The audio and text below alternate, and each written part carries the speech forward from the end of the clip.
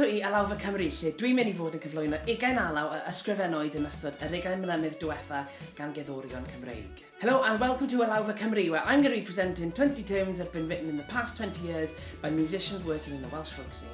Mae hwn yn brosiect gan Trac Cymru wedi garadu gen y fi, Jordan Price-Williams. This is a Trac Cymru project that's been curated by myself, Jordan Price-Williams. In this video we have a tune by North Wales musician Geoff Hardman, who is a prolific tune writer, and a great many of his tunes have become popular in the North Wales session.